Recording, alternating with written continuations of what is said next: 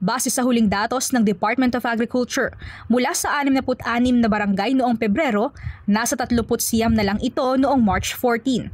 Ayon kay Agriculture Assistant Secretary Arnel de Mesa, wala na ring active cases ngayon sa Region 4A, liban na lang sa isang naiulat mula sa Santa Maria, Laguna na agad naman aniyang naaksyonan ng ahensya at kontrolado na. Sa ngayon, nakatutok ang kagawaran sa natitirang kaso ng ASF sa Region 7, partikular sa Bohol. Of course, yung active participation natin, yung ng mga lahat ng stakeholders, pati yung improved biosecurity. And of course, yung pagkaroon na rin ng bakuna, though hindi pa ganun kadami.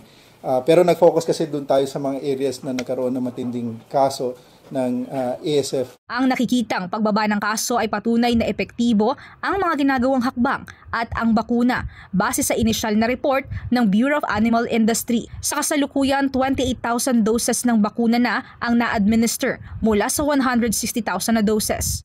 Very timing din na dapat yung bakuna magkaroon ng approval ngayong o second quarter para pag dumating yung kinakatakutan nila palagi na third quarter storm, marami na yung mababakunahan o magiging available na yung bakuna para maiwasan na yung bigla uli na pagsipa ng cases ng ASF which happen normally during third and fourth quarter.